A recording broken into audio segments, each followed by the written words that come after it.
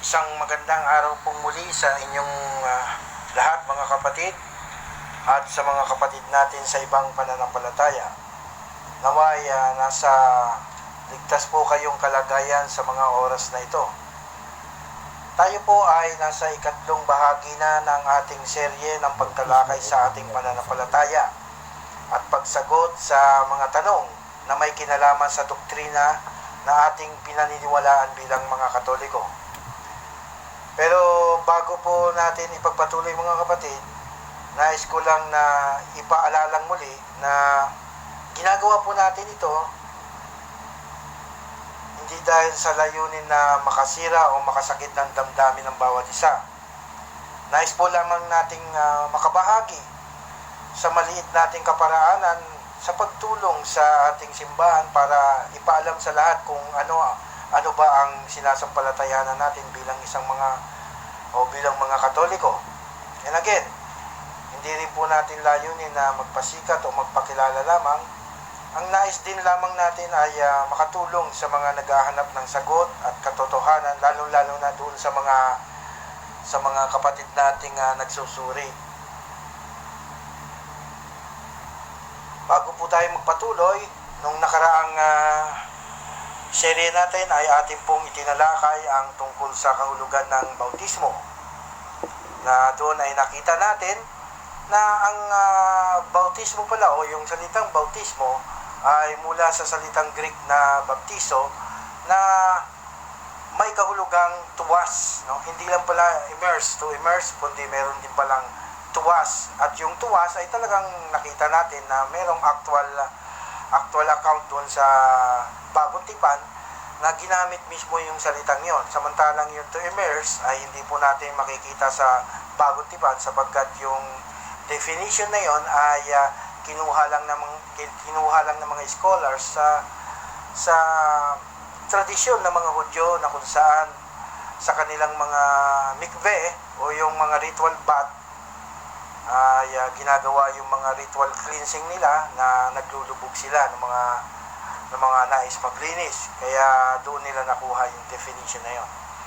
So kaya sa paniniwala natin na lahat ng naganap na pagbautismo, halos lahat ng naganap sa pagbautismo sa Biblia ay maaring tuwas o naghugas o paghuhugas ang ginawang bautismo sa Biblia.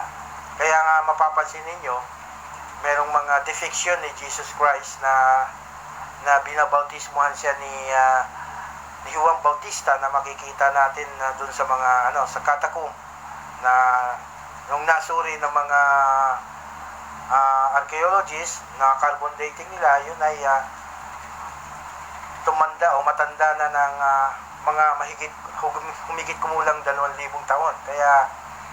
Kaya naniniwala ako na sa akin, personal ko, na halos lahat na nangyaring bautismo sa Biblia ay paghuhugas dito sa Bagong Tipan. Maski yung mga pagbabautismo na ginawa ng mga alagad. So, bago po tayo magpatuloy, meron po tayong mga ilang clarification lamang dahil ang magiging paksa po natin ngayon ay tungkol sa infant baptism o binyag sa sanggol. Ito po yung mga clarification natin. No? Sa Catholic, ito po mahalaga ito kasi marami pong nalilito dito, lalo na yung mga kapatid natin sa ibang pananampalataya. Sa Catholic po, meron po tayong infant o yung sanggol, pagbabautismo sa sanggol at pagbabautismo sa adult, yung mga matatanda na. Maraming hindi nakakaalam na meron tayong bautismo sa adult. Lalo na yung huling nakausap ko, nagkaroon kami ng debate tungkol sa infant baptism. Nagulat siya nung sinabi ko sa kanya na milyon na yung mga adult baptism sa simbahang Katoliko. Kasi totoo po yun, dahil meron po akong research dito, nasa liksik po natin, na research natin sa internet, na ito po yung isinagawa na mayroong status dito, statistic pala, na isinagawa ng Center for Applied Research in the Apostolate, na mula noong 1970 hanggang 2017 ay meron ng tinatayang 2.8 million na adult baptism ang na isagawa ng simbahang Katoliko sa buong mundo. Hindi pa ho kasama diyan ng yung 1970 downward at saka yung 2017 up to the present. Hindi pa kasama dun sa survey na ginawa nila. Kaya ang lumabas lang na statistic ay from 1970 up to 2017. Yan po ay 2.8 million na mga adult baptism na nabautismuhan sa loob ng simbahang Katoliko sa buong mundo. Pangalawang clarification po, sa Catholic po meron pong baptism by immersion, pouring, and sprinkling. Yan po ang sinasagawa natin, no? Marami din hindi nakakaalam yan na meron din tayong immersion. Kung nagdududa sila, diyan lang sa Google, maraming mga simbahan na makikita ninyo na nagsasagawa ng baptism by immersion.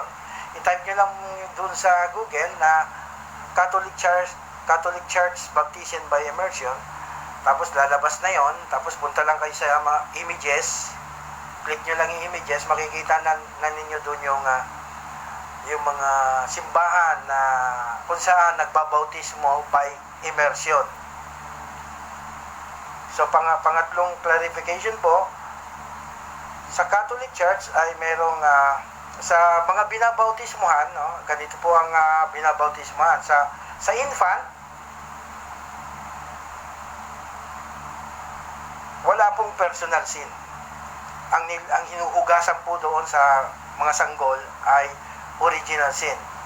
Kaya kapag sinabi ng mga protestante na bakit nyo binabautismuhan yung mga sanggol, wala namang mga nagawang kasalanan yan, ang iniisip nila doon ay personal sin o yung mga actual sin. Pero sa atin, kapag sinabi natin, kaya natin binabautismuhan yung mga sanggol, ang nasa isip natin ay original sin. So, ganun po yun. Pero sila, ang nasa isip nila, personal sin. Kaya pinagpipilitan nilang walang kasalanan. So, sa adult naman, mga kapatid, kapag binabautismuhan ng adult, ang nawawala sa kanya ay, ang inahuhugasan sa kanya ay ang original sin, pati ang actual sin o yung mga personal sin niya. Kaya doon sa adult, papasok na yung tinatawag na confession, repentance, at saka faith, pananampalataya. So yung mga adult, talagang kailangan nila doon ng mag-confess, mag-repent, at saka manampalataya. So kasi merong mga personal sin.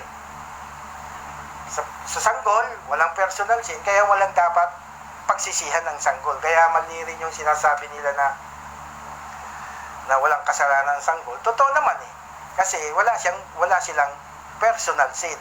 Ang nasa kanila ay original sin. So yun po ang clarification natin dyan. Ngayon, punta tayo sa objection. Yung mga dahilan ng mga kapatid nating protestante, bakit ayaw nila o nag-o-object sila, against sila sa infant baptism. Una, ang mga sanggol daw ay wala pa sa wastong pag-iisip, kaya hindi sila makakasampalataya. Pangalawa, ang mga sanggol daw ay walang kasalanan na dapat pagsisihan. Pangatlo, ang mga sanggol daw ay kabilang na sa kaharian ng Diyos.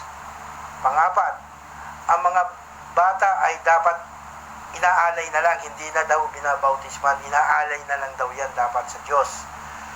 Ikalima, walang utos si Kristo na bautismuhan ng mga sanggol.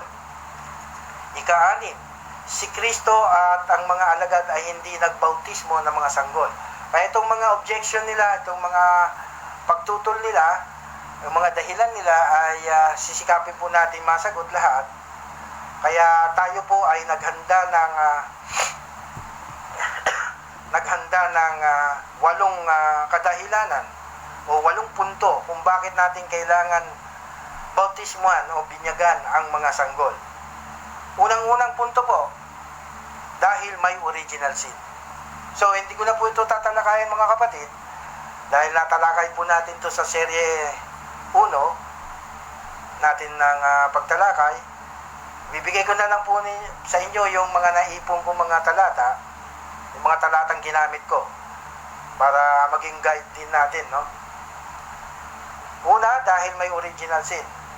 Ang mga talatang sumusuporta dito ay mababasa natin sa Genesis 2, talatang 16 hanggang 17, Genesis 3, talatang 4 hanggang 19, Panaghoy 5, talatang 7, Roma 5, talatang 12,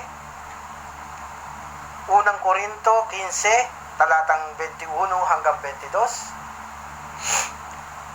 Awit 51, talatang 5, Isaiah 48, talatang 8. So, yan po yung mga talatang ginamit natin nung diniscuss natin yung original sin doon sa Serie 1. Pangalawang dahilan natin, o pangalawang punto kung bakit natin binabautisman o binibinyagan ang mga sanggol.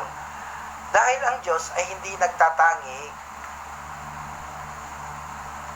sa lahat, no? Hindi nagtatangi po ang Diyos, ang lahat ay nais niyang maligtas. Basahin po natin ang Roma 2, talatang 11, sabi dito, sapagkat ang Diyos ay hindi nagtatangi ng mga tao. Sinabi naman po dito sa unang Timoteo 2, talatang 4, na siyang may ibig na ang lahat ng tao ay mga ligtas. So yun po, ang Diyos, nais niya ang lahat ng tao ay maligtas. Kaya naman, yun din ang sinasabi ng ating Catechism of the Catholic Church. No? Dahil ang kagustuhan ng Diyos ay kaisipan din ng simbahan, sapagkat ang simbahan ay katawang mistiko ng ating Panginoong Diyos. Kaya, o Panginoong Hesukristo. Kaya yung kaisipan ng Diyos ay kaisipan din ng simbahan. Nais din ng simbahan ng katawan ni Kristo na ang lahat ng tao ay maligtas sa pamamagitan ng bautismo. Kaya sinasabi po dito sa ating Catechism of the Catholic Church, paragraph 1246, sabi dito, who can receive baptism? Every person not yet baptized, and only such a person is able to be baptized.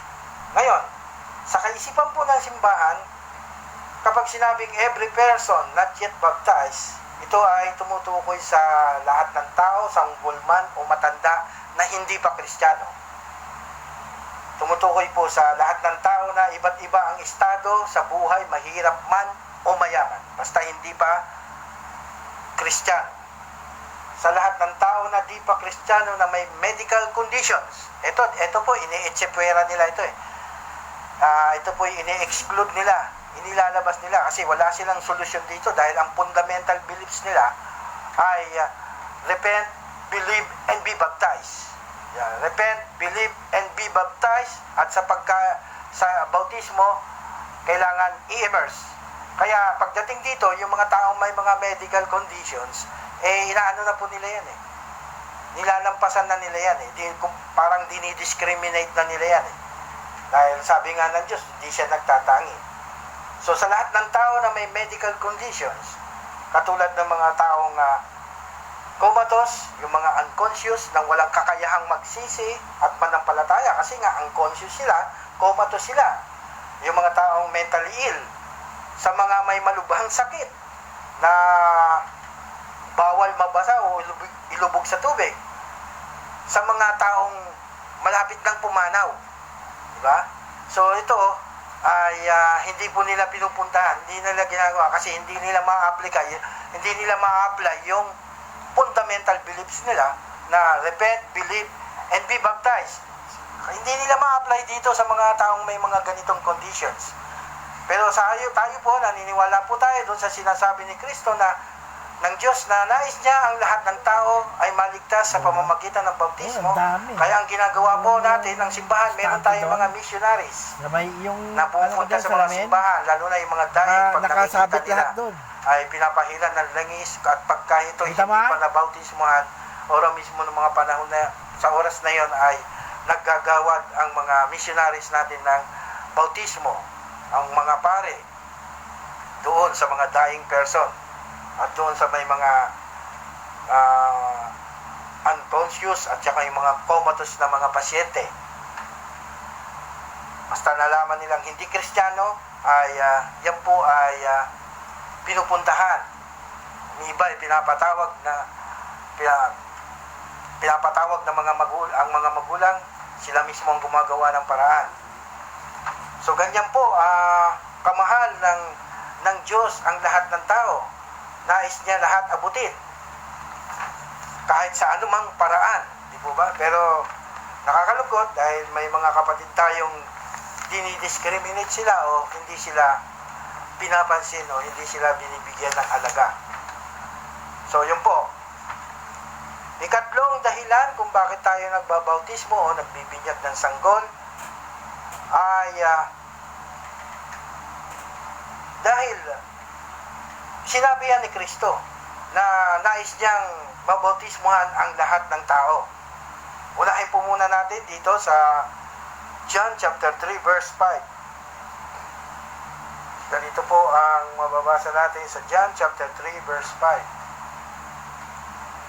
Sumagot si Jesus, katotohanan sinabi ko sa inyo, maliban na ang tao ipinanganak sa tubig at espiritu, ay hindi siya makakapasok sa kaharian ng Diyos. So dito po mga kapatid, yung salitang maliban na ang tao'y sa saling po ng sa Greek po, yan po ay tis, T-I-S. Kung ang kahulugan yan, anyone, tis, anyone, Greek word tis. Sa English, ang kahulugan ay anyone. So ibig sabihin kahit sino, no? Kahit sino talaga. Basta tao.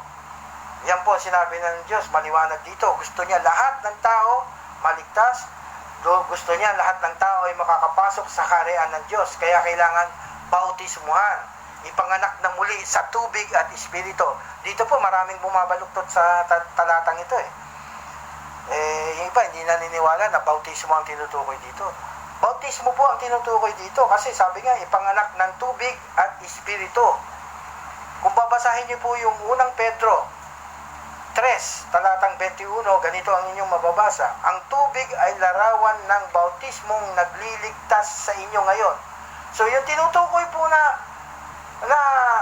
tubig doon sa John chapter 3 verse 5 na kailangan ipanganak na muli sa tubig, ay yung po ang sagot po doon ay mababasa sa 1 Peter 3 verse 21 na yung tubig na yon ay sumusimbolo sa bautismo.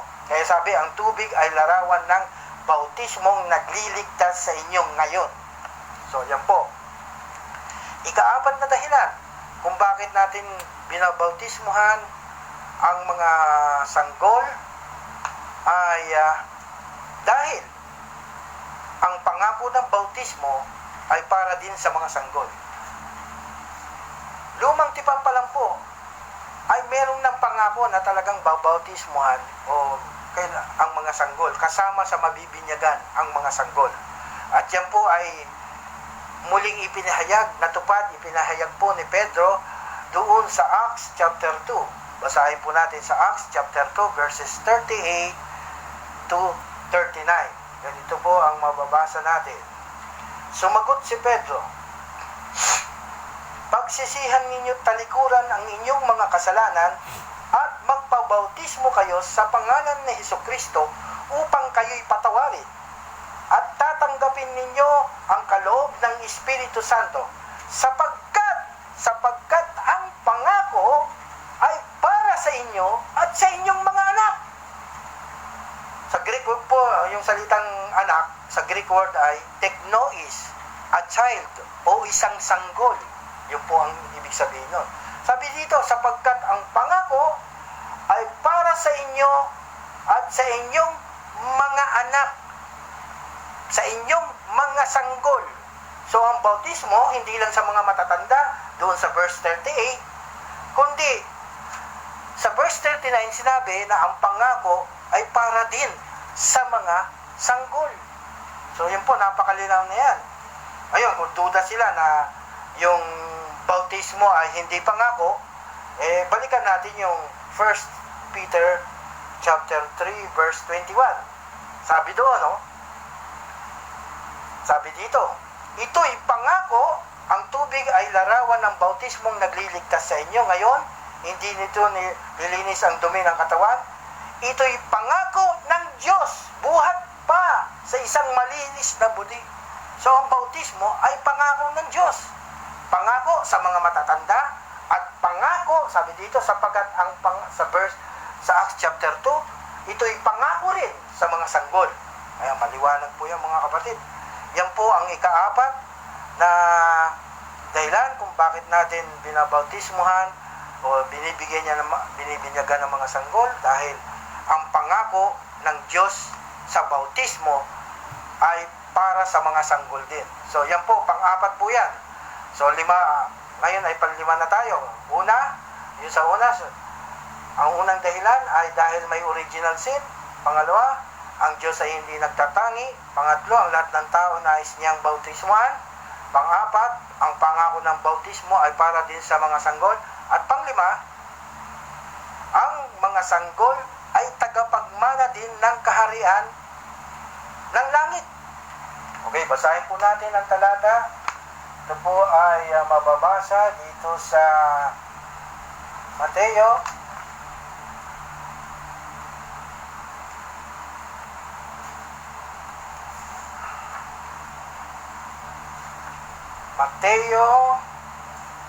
Lucas 18.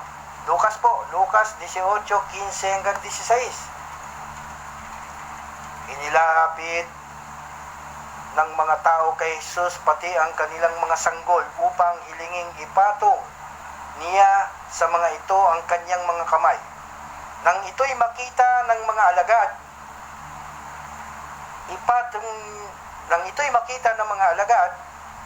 pinagalitan nila ang mga tao. Ngunit, tinawag ni Jesus ang mga alagad at sinabing, hayaan ninyong lumapit sa akin ng mga bata. Huwag ninyo silang pagbawalan sapagkat ang mga katulad nila ang mapapabilang sa kaharian ng Diyos. Ang mga katulad nila ang mapapabilang sa kaharian ng Diyos. Mapapabilang pa lang, hindi na kabilang. Kasi hindi pa kabilang, mapapabilang pa lang. Kasi yung ibang pastor o talagang binabaluktot nila ang talata binabasa nila yung cross reference nito sa Matthew chapter 19 verses 13 to 15. So dito maliwanag, mapapabilang pa lang sa kaharian na mga katulad nila ay mapapabilang sa kaharian ng Diyos. Mapapabilang pa lang. Kaya sabi ni Jesus, huwag niyong pabayaan ilapit Kaya kailangan yung mga magulang, yung kanilang mga sanggol, ilapit nila sa Panginoon. Sila yung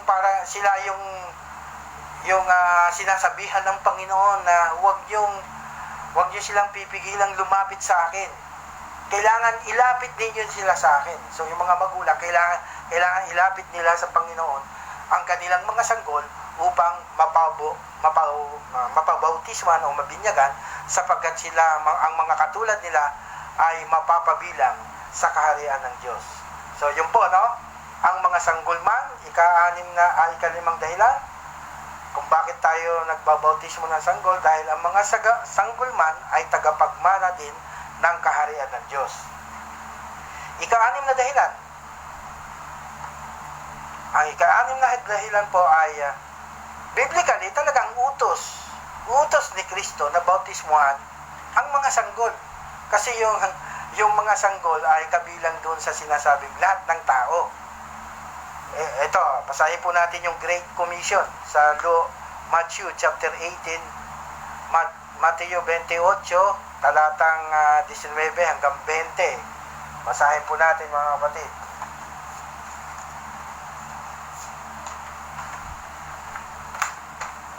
Ganito po ang mababasa, Mateo 28, talatang 19 hanggang 20. Dahil dito magsiyaon nga kayo, at gawin ninyong mga alagad ang lahat ng bansa, at sila'y inyong bautismuhan sa pangalan ng Ama, Anak at Espiritu Santo, na ituro ninyo sa kanila na kanilang ganapin ang lahat ng mga bagay na iniutos ko sa inyo. So sabi po dito, papaano daw magiging alagad ang lahat ng bansa na inutusan ng Panginoon na kailangan ang lahat ng bansa ay gawing alagad? Papaano daw sila magiging alagad? Ang lahat ng bansa, sabi, bautismuhan sila sa pangalan ng Ama, ng Anak at ng Espiritu Santo. So pag sinabing lahat ng bansa, hindi yung bansa, hindi yung country ang babautismuhan. Ang tinutukoy doon, yung mga tao doon sa bansa. Kaya parang sinabi na rin ng Panginoon dito na bautismuhan ninyo ang lahat ng mga tao sa mga bansa. Ganun po ang diwa nitong talatang ito. At ang sabi ng Panginoon, gawin silang mga alagad, at kung paano sila magiging alagad, kailangan bautismuhan sila at turuan, ituro sa kanila na ganapin ang lahat ng mga bagay. Kaya yung mga sanggol po, nung binautismuhan sila sa simbahang Katoliko, pagsapit ng takdang panahon na meron na silang wastong pag-iisip, sila ay tinuturuan na doon sa katisismo para maging alagad ng Diyos. Kaya ito pong Matthew 28, talatang 19 hanggang 20, ay talagang swak na swak yan. Talagang para sa mga sanggol yan eh. Para sa mga sanggol yan. Ngayon, yung Matthew 16 naman, kabaligtaran. Yun naman ay para sa mga adult. Kasi ganito po, Marcos 16, talatang 15, o talatang 15 hanggang 16. Ganito po, basahin natin. Ito para sa mga adult. Kasi dito sabi, bautismuhan muna at pagkatapos, ang sabi dito, turuan muna, aralan muna, at pagkatapos, bautismuhan. At sinabi sa kanila, magsiyaon kayo sa buong sanlibutan at inyong ipangaral ang ebanghelyo sa lahat ng kinapal. O sabi dito ipangaral muna. Tapos sa verse 16, ang sumampalataya. O, di ba? Ipangaral at tapos sasampalataya at pagkatapos at mabautismuhan ay maliligtas. Para sa adult to. Para sa mga matatanda ito. Doon naman sa Matthew 28 verses 19 to 20, yan ay talagang akmang-akma yan para doon sa mga sanggol. Dahil sabi doon, para maging alagad, kailangan na bautismuhan muna, at kapag nasa wastong isip na, turuan na ganapin ang lahat ng mga bagay na inutos ni Kristo. So yan po ang ika-6 na dahilan kung bakit natin binabautismuhan o binibinyagan ang mga sanggol. Ang ika-7 naman pong dahilan kung bakit natin binabautismuhan ang mga sanggol, dahil po biblical din yan. Kasi ang mga alagad, hindi po, pangwalo pa po pala yun. Pang-7 dahilan na tayo.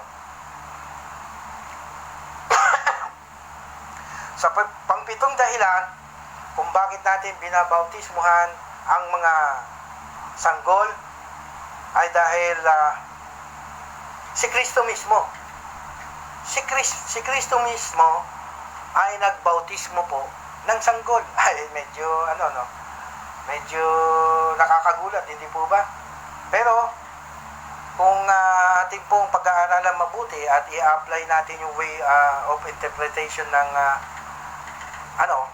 exegesis, using the way of exegesis, ay makikita natin na talagang nagbautismo si Kristo ng sanggol eh. Okay, patunayan po natin yan mga kapatid. Sige po, medyo pag-aralan natin mabuti po yan. Sinabi po dito sa Acts, sa unang Korinto chapter 10 verses 1 and 2. Pero ito mga kapatid, ang kailangan makausap niyo dito ay yung mga sekta na naniniwala sa pre-existence ni Jesus Christ. Sa pre-existence niya. Katulad ng mga Trinitarian, mga Oneness. Basta naniniwala sila na si Kristo ay existido na nung una pa man, no? yun ang dapat makausap ninyo para hindi na tayo magpaliwanag tungkol sa hindi na natin patunayan yung pre-existence ni Jesus Christ. Dahil nung hindi pa nagkakatawang tao ang anak ng Diyos, nandoon na siya eh. Dito po sa unang Korinto 10, talatang 1 at 2, sabi dito, mga kapatid, nais kong malaman ninyo ang mga nangyari sa ating mga ninuno nung unang panahon ni Moses. Silang lahat ay naliliman ng ulap sa kanilang paglalakbay sa pagtawid sa dagat na pula. Sa gayon, nabautismuhan silang lahat sa ulap at sa dagat bilang mga tagasunod ni Moses. So, yun po, no? Lahat ng mga Israelita, kabilang na ang mga sanggol na kasama ni Moses, nung tumawid sila sa Red Sea, ayon kay Pablo, ay nabautismuhan silang lahat. Ngayon, ano ang patunay nang nung lumikas sila mula sa Ehipto at pagtawid nila doon sa Red Sea, ay may mga kasama silang mga sanggol. Dahil dito po sa Exodus chapter 12, verse 37, ay na-identify, no, kung sino yung mga kasama doon sa paglikas. Mula sa Ramesses, nagaglakbay ang mga Israelita patungong Sukot. Humigit kumulang 600,000 ang mga lalaki, bukod pa sa mga babae at mga bata. So meron pong mga bata, merong mga sanggol, dahil yung ginamit dito sa Hebrew word ay kung isasalin sa English, lalabas ay mga sanggol din. May mga kasamang mga sanggol. Kaya nung dumaan sila doon sa Red Sea, sila ay nabautismuhan, sabi ni Pablo, nabautismuhan, ibaptisanto, Greek word ay baptiso, silang lahat ay nabautismuhan sa ulap at sa dagat bilang mga tagasunod ni Moses. So nabautismuhan po sila. Ngayon, paano nating nalaman na nandun si Kristo? Naniniwala kayo sa pre-existence ni Jesus Christ di kasama siya dun. Yung Diyos, ang Diyos kasi ang nagbautismo Sabi dito, silang lahat ay nabautismuhan. Ang Diyos kasi ang nagbautismo sa kanila habang tumatawid dun sa dagat So kasama si Kristo dun, di po ba? Kasama siyang nagbautismo dun. Kaya actual niyang nabautismuhan yung mga sanggol, hindi lang yung mga adult, kasama dun ang mga sanggol. At ang isa pa dito mga kapatid, yung ginamit na Greek word dito ay ibaptisanto, sa ang derivative nito ay baptiso, hindi pwedeng immerse to. Hindi sila pwedeng malubog dun sa dagat Kaya ang possibility nangyari dito ay sila ay nawisikan ng mga tubig dagat o kaya sila ay nabuhusan ng konti ng mga tubig dagat habang sila ay tumatawid doon sa Red Sea. So, maaaring yan po ang nangyari doon. Kaya, doon sa sinasabing, sa tanong na, kung si Kristo ba ay may nabautismo, meron. Yan po Bakit si Kristo ba ay Kristo lang nung nagkatawang tao siya? Siya ay Kristo din nung hindi pa siya nagpakatawang tao sapagkat siya ay anak ng Diyos. Siya ay umiiral na nung una pa man. Umiiral na ang Panginoon Jesucristo mula nang walang pasimula. Kaya yan po.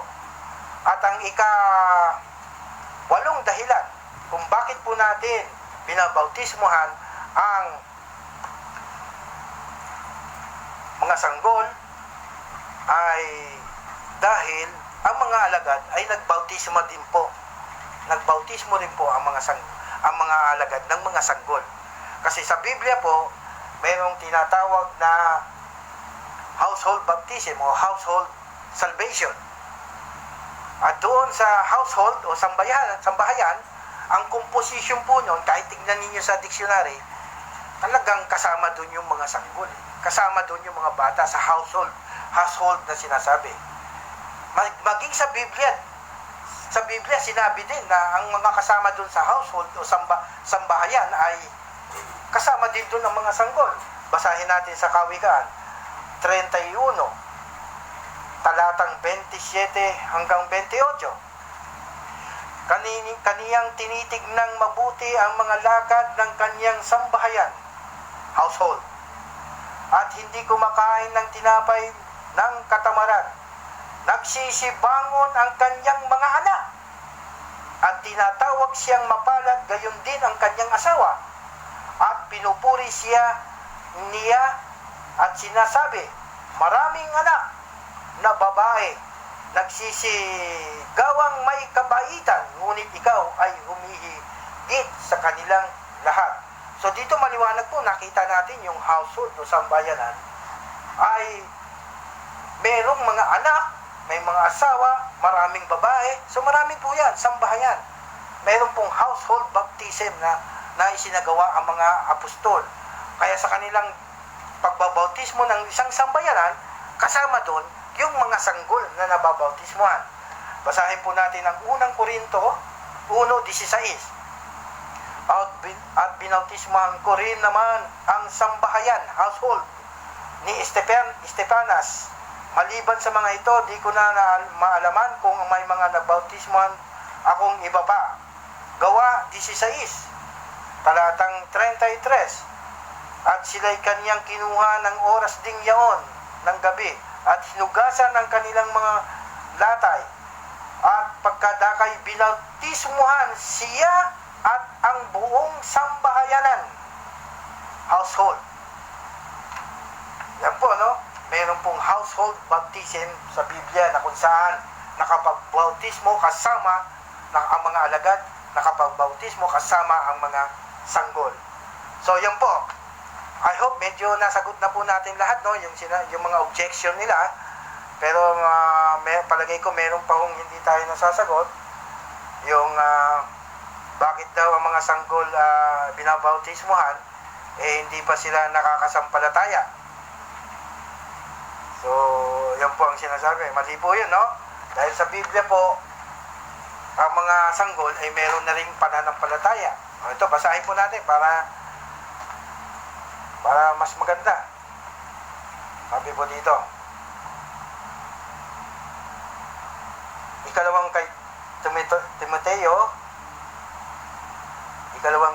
Timoteo chapter 3 verse 15.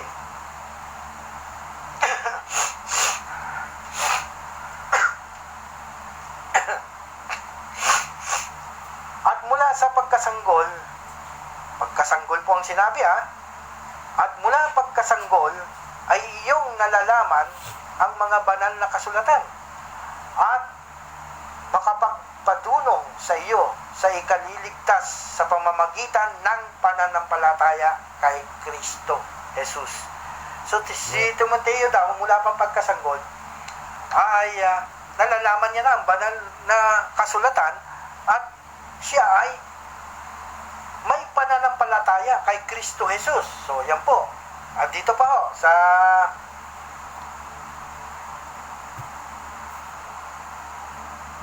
Matthew 21 talatang 16. At sinabi nila sa kanila, naririnig mo baga ang sinabi ng mga ito?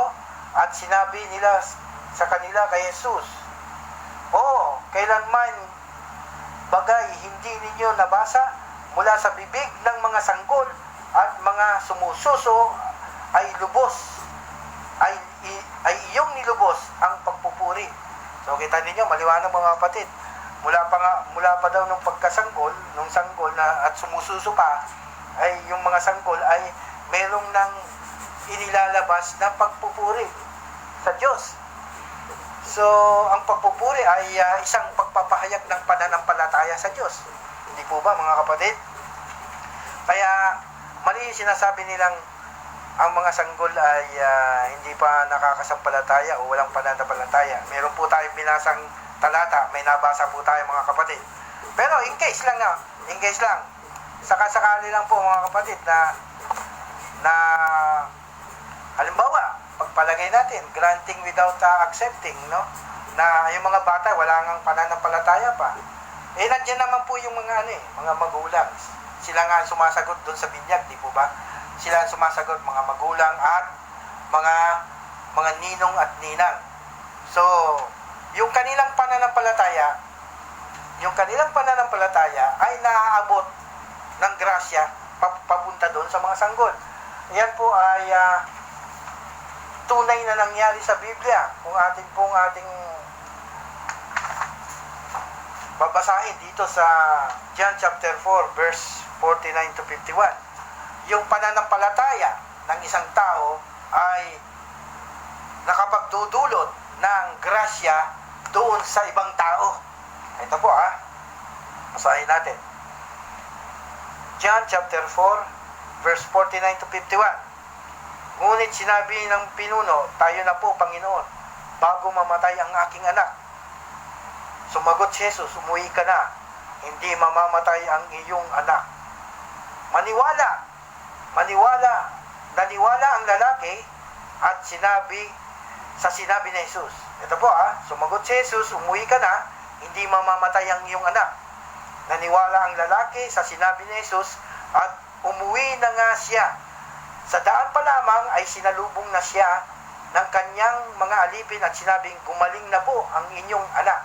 So dito nakita natin yung pananampalataya ng kanyang ama. Siya ang nanampalataya, hindi naman sumampalataya yung bata dito na may sakit. Ang sumampalataya yung ama. Kaya dahil sa pananampalataya ng ama, yung grasya ay naabot ng grasya yung anak. Gumaling siya yung anak sa kanyang karamdaman. So ganun po ang nangyayari, no? Sa pagpalagay po nating walang pananampalataya ang sanggol, dahil sa mga magulang, pananampalataya ng mga magulang at ninong at ninang, yung grasya ng paghuhugas o paglilinis ng kasalanan sa original sin ay naaabot doon sa mga sanggol dahil sa pananampalataya ng mga magulang. So ganun po yun. At mayroon pa isang insidente dito rin sa Matthew chapter 15 verses 22 to 28. Pero hindi ko na po babasahin dahil mahabang istorya po yan. So yun lang po. Ano pa ang hindi natin nasagot? Ang mga sanggol ay hindi nakakapagsisi. Ay, totoo naman po kasi sanggol pa yun May pananampalataya ang mga sanggol, pero yung nakapagsisisi, hindi pa nga makapagsalita, palagay ko sanggol naman siya. At saka, wala silang pagsisisihan dahil po sa ang mga sanggol ay may taglay lamang na kasalanang original. Wala po silang actual sin. Dahil ang kasalanang original hindi pinagsisisihan yun. Kaya doon sa adult baptism, pag sinabing magsisi kayo, sumampalataya kayo, ang sinasabing pagsisisihan doon, yung mga personal sin na nagawa ng mga adult. Pero yung hindi pinagsisisihan po yun. Kasi nakatanim po yun sa atin Yung po ay hinuhugasan kasama ng mga personal sin natin. So, yun po yun. Ngayon, meron pa isa, ang mga sanggol daw ay nasa kanila na daw ang kaharian ng Diyos. At binabasa nila yung nasa Mateo 19, talatang 13 hanggang 15. Binabasa po nila doon. Ito ang dahilan kung bakit hindi na daw kailangan bautismo ng mga sanggol dahil ligtas na nga daw sila dahil nasa kanila ang kaharian ng Diyos. Mali po yun dahil meron po kasi akong nabasang isang talata na sinabi din nasa kanila ang kaharian ng Diyos, yung mga balo, sapagkat nasa kanila ang kaharian ng Diyos. So ibig sabihin, ligtas na rin ba sila? Nung mga time na yun na sinabi ni Kristo yun, hindi pa siya napapako sa krus Hindi pa siya naipapako, namatay at hindi pa ilibing at muling nabuhay. Nung sinabi niya sa mga babaeng balo yun na sapagkat sa kanila ang kaharian ng Diyos, so ibig sabihin ba, ligtas na rin sila? So, yun, kung ang ganun ang reasoning nila, di lalabas nga na ligtas na rin sila. Hindi pa namamatay ang Panginoon yun, yung senaryo na yun. Di po ba? So, kaya mali lang ang kanilang pagkakaunawa dito sa Matthew chapter 19 verses 13 to 15.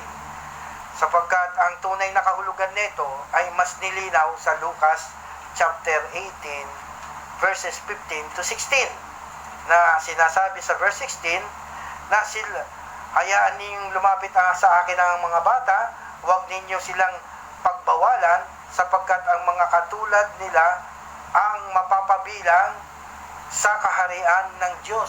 Mapapabilang pa lang, mga kapatid. Di po ba? Ang mga katulad din nila ay mapapabilang pala sa kaharian ng Diyos. Mapapabilang. Future tense, no? So, yun po. Ang mga sanggol ay di dapat bautismuhan. Ang dapat daw gawin ay iaalay na lang. Alam niyo po, yung pag-aalay ay hindi po utos ni Kristo yan eh. Yan po ay tradisyon ng mga Hudyo. At dahil si Kristo ay Hudyo, sumunod siya dun sa tradisyon na yon. Inalay din siya sa templo. Ngayon, ang ginawa naman ng mga kapatid nating protestante, ginawang modelo yon. Eh, hindi po dapat nasundin yan. Dahil kung sasabihin nilang na imitate God, na intularan si Kristo, eh dapat lahat ng mga tradisyong sinunod ni Kristo sa mga Hudyo, eh ini-imitate din nila. Katulad nung 30 years old na siyang binautismuhan. Hindi naman ini-imitate nila. Yung pagpunta-punta ni Kristo sa templo, hindi naman nila ini-imitate. Kaya yun po ay utos, ayun po ay tradisyon ng mga Hudyo, hindi po yun aral ni Kristo na ialay. Ang aral ni Kristo ay bautismuhan ang mga sanggol. Hindi po aral o utos ni Kristo na ialay ang mga sanggol. So yan po, malinaw po yan ha. Ano pa ho? Baka meron pa kakalimutan. Ito po, meron pa ho. Yung fundamental beliefs nila. Repent, believe, and be baptized. Di ba? So, sa kanila, lahat ng mga talata, sa Biblia, kapag yung mga sinabi ng mga apostol, sinabi ni Kristo na repent and be baptized, believe and be baptized. So, yung mga sinabi ng mga alagad at ni Kristo na ganon, sa kanila, talagang para sa adult lang yun. Para sa adult lang yun, no? Kasi alam nila, yun, nakakapagsisi, nakakasampalataya. Kaya, ang kanilang interpretation, yung mga statement na ganon, ay para lang, patungkol lang sa mga adult, sa mga matatanda na, at hindi sa mga bata. Eh ngayon, ito ngayon mga kapatid, ang tanong, ang ginawa nila diyan, ginawa nilang literal, no? Samantalang si Kristo at ang mga alagad, wala naman silang sinasabi kung sinabi nila na magsisi at magpabautismo ay hindi na pwedeng bautismo ng mga sanggol. Walang sinabing ganun si Jesus at ang mga alagad. Sila lang po ang nagsasabing yun. Ngayon, ano ang dahilan? Bakit sinabi ni Jesus at ng mga alagad, ng mga apostol yun? Dahil, simple lang yun nga, sinasabi ko. Dahil nga, ang kausap nila, matatanda. Yun lang po yung dahilan nun. Sila, dinagdagan na nila eh. Yun lang ang dahilan yun na, repent and be baptized, believe and be baptized. Dahil ang kausap nila, matatanda. Yun po ang dahilan nun, wala nang iba. Ngayon,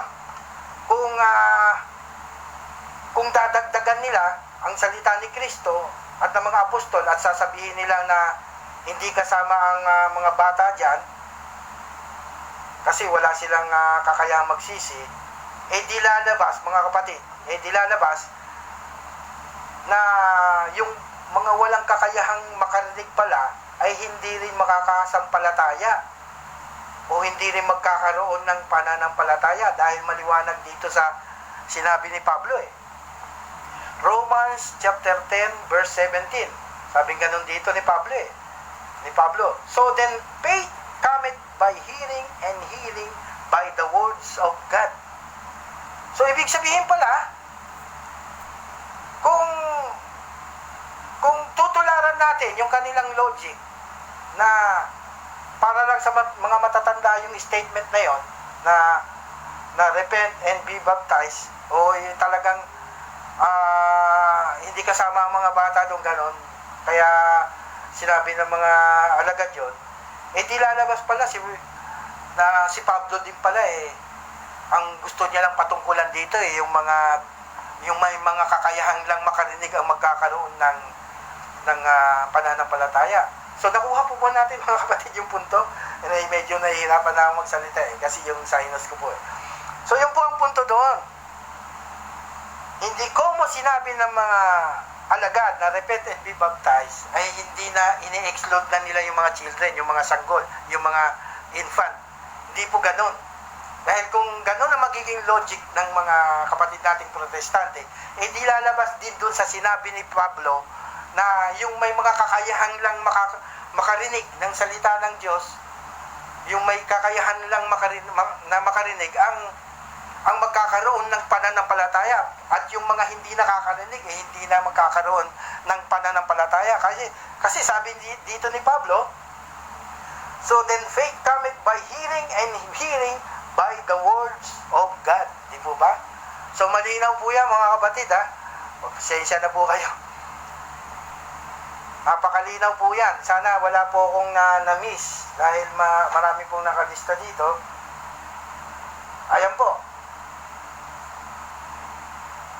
Natalakay naman po na natin yung pagbubuhos, sprinkling. Yan po ay tinalakay na natin.